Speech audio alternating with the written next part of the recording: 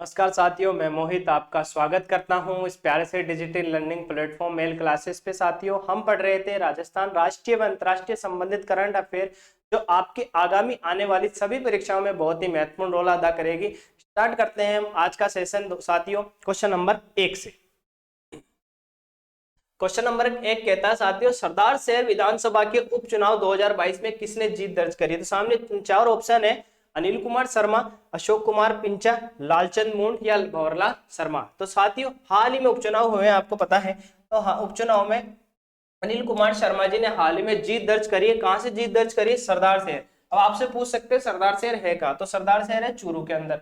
कहाँ पे साथियों? चूरू के जिले में एक तहसील पड़ती है चूरू, सरदार शहर, तो वहीं पे ये सरदार शहर विधानसभा क्षेत्र है। अनिल कुमार शर्मा वहां से विजयी हुए हैं। सेकंड नंबर पे अशोक कुमार पिंचा हुए, जिन्हें बीजेपी ने प्रत्याशी बनाया, और जीते कौन है? कांग्रेस के प्रत्याशी अनिल कुमार शर्मा जीते हैं। अशोक कुमार पिंचा को लगभग 26,696 वोटों से हराया है। किन्होंने हराया है? अनिल कुमार शर्मा ने। किनके पुत्र है? भंवरलाल शर्मा के पुत्र है। भंवरलाल शर्मा के देहांत के बाद में यह उपचुनाव कराया गया है, जिसमें अनिल कुमार शर्मा ने जीत दर्ज की है।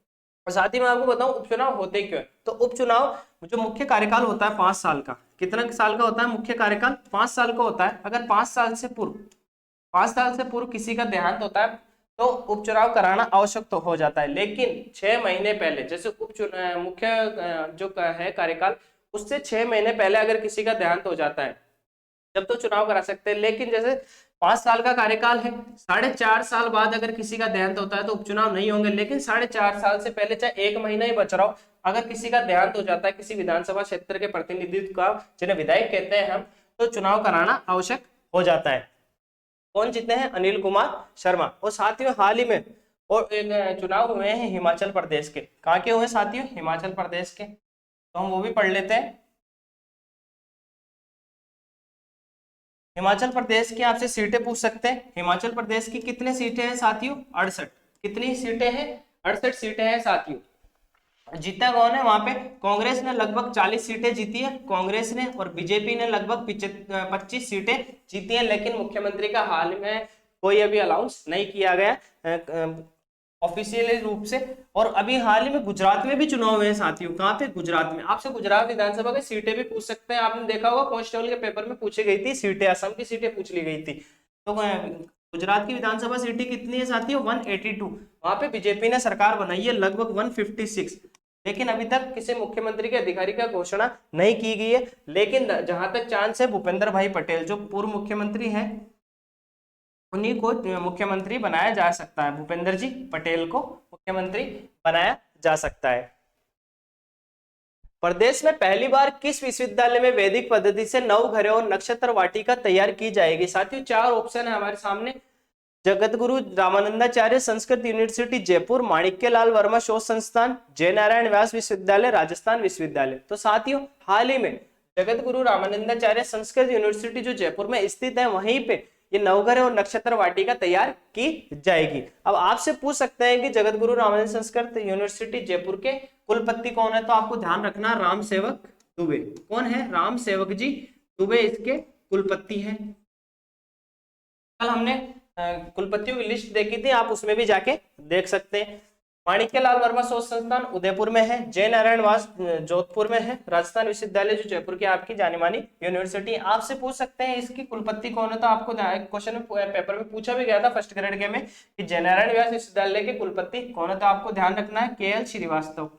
कौन है? KL श्रीवास्तव। और आपसे इसकी भी पूछी जा सकती है, राजस्थान विश्वविद्यालय के कुलपति कौन है हाल ही में? तो राजीव जी जैन है। कौन है साथियों? राजीव जैन। आपसे स्थापना पूछ लेता हूं 1947। इसकी पूछ लेता हूं 1962 में। कब साथियों? 1962 में।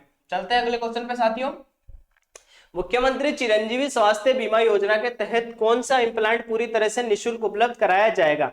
4 ऑप्शन है, cochlear implant, hair implant, bone implant, dental implant. तो साथियों, कॉकलियर इम्प्लांट मुख्यमंत्री चिरंजीवी स्वास्थ्य बीमा योजना, जिससे आप सभी चिर परिचित हैं, वही चिरंजीवी स्वास्थ्य बीमा योजना के तहत आप क्या कर सकते हैं? कॉकलियर इम्प्लांट भी करा सकते हैं। और इसकी स्थापना कब हुई थी? मुख्यमंत्री चिरंजीवी स्वास्थ्य बीमा योजना है जो चलाई जा रही है, इसको प्रारंभ कब से किया गया था? तो 1 मई 2021 से। कब से किया गया साथियों? 1 मई 2021 21 से। और आपसे पूछ सकते हैं कितने लाख तक का आप बीमा करा सकते हैं सामान्य रूप से, तो आप 10 लाख रुपए तक का आपका कैशलेस बीमा हो सकता है। अब 10 लाख रुपए तक आप फ्री इलाज करा सकते हैं। जो हॉस्पिटल राज्य सरकार द्वारा इस योजना के द्वारा पंजीकृत है उसके द्वारा आप 10 लाख रुपए तक का इलाज फ्री करा सकते हैं। और कोक्लियर इंप्लांट होता है क्या, आपने तो पढ़ लिया कोक्लियर, लेकिन होती क्या है ये बीमारी, में आपको बताऊं। जो बच्चे देखने, सुनने व बोलने, देखने, सुनने, बोलने में असमर्थ है, उनके लिए यह सर्जरी होती है, एक इम्प्लांट, कॉक्लियर इम्प्लांट वो होती है। लगभग होता क्या है साथियों, 1 लाख, लगभग 1 लाख बच्चों पे 4 बच्चे, 1 लाख बच्चे जन्मे तो 4 बच्चे लगभग इससे संक्रमित होते हैं। वो बीमारी वो है कॉक्लियर इम्प्लांट, जिसमें बच्चे देखने, सुनने और बोलने में असमर्थ होते हैं। उसी के लिए राज्य सरकार ने मुख्यमंत्री चिरंजीवी स्वास्थ्य बीमा योजना के तहत इसको शामिल किया गया। चलते साथियों अगले क्वेश्चन पे हम। 48वीं पुरुष कबड्डी चैंपियनशिप में राजस्थान की टीम ने कौन सा पदक जीता है? 4 ऑप्शन है, गोल्ड, रजत, कांस्य, इनमें से कोई नहीं। तो साथियों हाल ही में, कहां पे, हाल ही में हरिद्वार, हरिद्वार कहाँ है, उत्तराखंड में। कहाँ है साथियों, उत्तराखंड में, उत्तराखंड में। उत्तराखंड की राजधानी क्या है साथियों, देहरादून। क्या है, देहरादून। उत्तराखंड की राजधानी देहरादून, लेकिन हरिद्वार में, हरिद्वार में हाल ही में ये टूर्नामेंट हुआ है। कौन से नंबर का है, 48वीं पुरुष कबड्डी साथियों। कौन सी, 48वीं। जीता किसने, राजस्थान ने गोल्ड मेडल जीता। क्या जीता साथियों, गोल्ड मेडल। कितने साल बाद गोल्ड ये जीता है गोल्ड, राजस्थान ने 18 साल बाद। किसे हरा के जीता साथियों, हरियाणा को। किसको, हरियाणा, हरियाणा को हरा के राजस्थान ने 18 साल बाद में 48वीं कबड्डी राजस्थान ने स्वर्ण पदक नाम किया है। चलते हैं अगले क्वेश्चन पे साथियों। आईबीएम इंडिया और अमेरिकन इंडिया फाउंडेशन के सहयोग से राजस्थान के किस जिले में नवंबर 2022 में पिको सैटेलाइट इवेंट का आयोजन किया गया? हमसे पूछा है कहां किया गया। 4 ऑप्शन है, जयपुर, उदयपुर, कोटा, जोधपुर। तो साथियों जयपुर के अंदर। कहां पे साथियों, जयपुर के अंदर हाल ही में आईबीएम अमेरिकन इंडिया फाउंडेशन के सहयोग से यह प्रोग्राम किया गया। अब जयपुर में भी आपसे पूछ सकते हैं कहां हुआ है, तो महात्मा गांधी, महात्मा गांधी राजकीय माध्यमिक विद्यालय है, वहां पे ये प्रोग्राम किया गया। कहाँ पे, महात्मा गांधी राजकीय विद्यालय, मालवीय नगर में, मालवीय नगर में। अब इसमें हुआ क्या है साथ ही मैं आपको बताऊं, राजस्थान के 7 जिलों के 30 अभ्यर्थी, राजस्थान के 30 अभ्यर्थी या 30 छात्र कह सकते हैं आप, उनका चयन हुआ था एक परीक्षा के माध्यम से, उन्हें इस प्रोग्राम में शामिल होने का मौका मिला था। इसमें करा क्या है इन्होंने सैटेलाइट वगैरह होते हैं, जो टेक्निकल चीजें होती है दूरसंचार की, उन्हीं के संबंध में इनको जानकारी दी, उनको चलाना सिखाया। सैटेलाइट वगैरह है, मिसाइल वगैरह है, ड्रोन वगैरह है, इन्हें चलाना व उनका प्रशिक्षण दिया है। किसके माध्यम से दिया, आईबीएम इंडिया और अमेरिकन इंडिया फाउंडेशन के सहयोग से पिको सैटेलाइट इवेंट के आयोजन में इन्हीं सभी लोगों को प्रशिक्षित किया गया है और सिखाया गया है। चलते हैं अगले क्वेश्चन पे साथियों। राजस्थान में सहकारी सोसाइटी संशोधन अधिनियम 2022 के बारे में सत्य कथन बताइए। राजस्थान सहकारी सोसाइटी अधिनियम 2001 की धारा 28 की विद्यमान उपधारा 7 के, कौन सी, 7 के हटाई गई है। धारा के तहत कोई भी व्यक्ति अब संचालक मंडल में लगातार 2 से अधिक अवधि के लिए चुना जा सकता है, नॉमिनेट हो सकता है। 20 सितंबर 2022 को राजस्थान विधानसभा में राजस्थान सहकारी सोसाइटी संशोधन विधेयक 2022 को पारित किया गया। डी सभी कथन सत्य है। तो साथियों ये सभी कथन सत्य है। पहले क्या था, आपने जैसे आपने 2 बार चुनाव लड़ लिया, उसका चुनाव नहीं लड़ सकते, लेकिन अभी आप नया नियम निकाला है कि 2 से अधिक अवधि के लिए भी आप निर्वाचित हो सकते हैं। और कब आप ये संशोधन लाया गया, 20 सितंबर 2022 को। कब लाया गया साथियों, 20 सितंबर 2022 को। चलते अगले क्वेश्चन पे साथियों। शिक्षा मंत्री डॉक्टर वीडी कल्ला ने शिक्षा संकुल मिशन बुनियाद का संपूर्ण राजस्थान में शुभारंभ 5 सितंबर 2022 को किया है।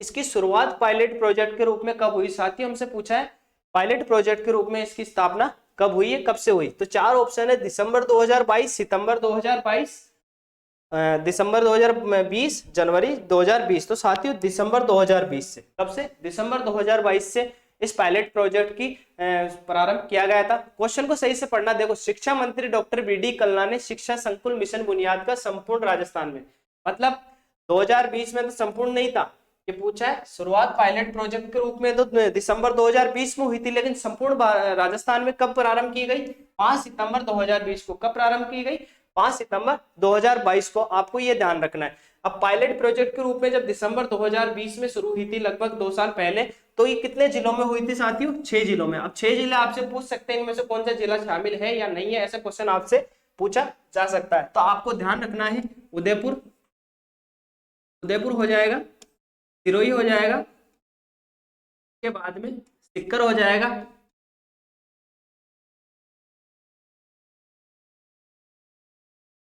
हो जाएगा, उसके बाद में करौली धौलपुर हो जाएंगे। कौन से? उदयपुर, सिरोही, सीकर, करौली, धौलपुर और भीलवाड़ा।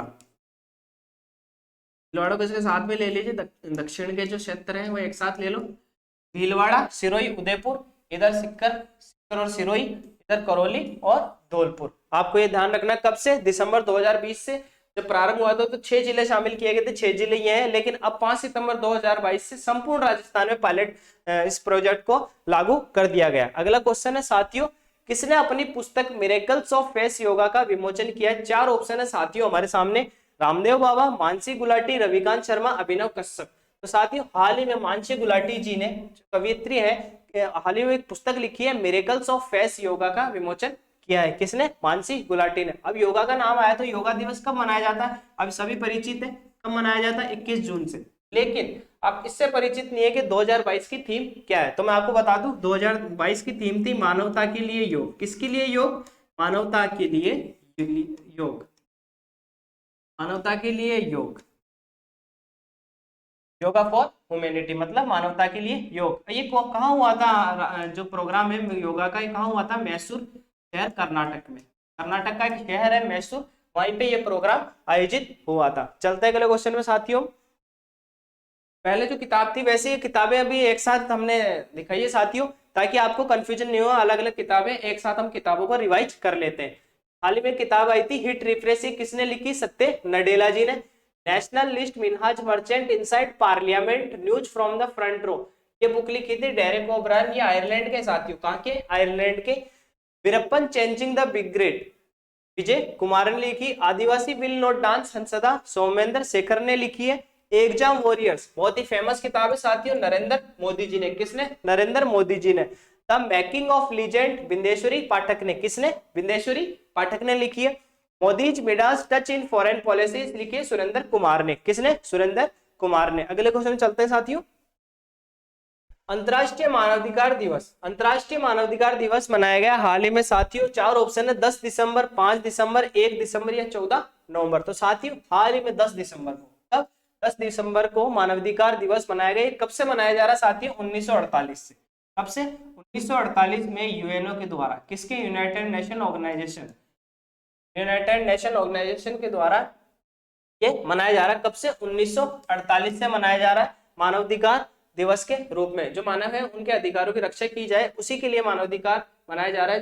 कोई भी आपको लिंग, जात, धर्म के आधार पर आपके साथ भेदभाव नहीं कर सकता, इसी के लिए मानवाधिकार आयोग का गठन किया गया था। अब आपसे पूछ सकते हैं कि राष्ट्रीय मानवाधिकार आयोग है, इसका गठन कब हुआ था? तो राष्ट्रीय मानवाधिकार जो राजस्थान में संवैधानिक निकाय है, राष्ट्रीय मानवाधिकार आयोग जो है संवैधानिक संगठन है भारत का, की स्थापना हुई थी साथियों 12 अक्टूबर 1993 को। कब हुई थी? 12 अक्टूबर 1993 को। अब आपसे इसके अध्यक्ष भी पूछ सकते हैं, अगर मानवाधिकार आयोग पूछ सकते हैं तो अध्यक्ष भी आपसे पूछ सकते हैं। इसके अध्यक्ष कौन है? हाल ही में अरुण कुमार मिश्रा। कौन है? अरुण कुमार मिश्रा। इसके साथ ही आपको ध्यान ये भी होना चाहिए कि ये जो अध्यक्ष बनते हैं किन्हें बनाया जाता है? तो जो उच्च न्यायालय होते हैं उसके जो मुख्य न्यायाधीश होते हैं वो रिटायर हो जाते हैं, उन्हीं को इनका अध्यक्ष बनाया जाता है। आपसे अगर वर्तमान का पूछ सकते हैं तो प्रथम भी पूछ सकते हैं। तो प्रथम कौन थे? रंगनाथ मिश्र। कौन थे साथियों? रंगनाथ मिश्र। आपको ध्यान रखना, रंगनाथ मिश्र। और हाल ही में कौन है? अरुण कुमार मिश्रा। राष्ट्रीय मानवाधिकार आयोग के गठन कब हुआ था? 12 अक्टूबर 1993 को। आज का सेशन इतना ही था साथियों।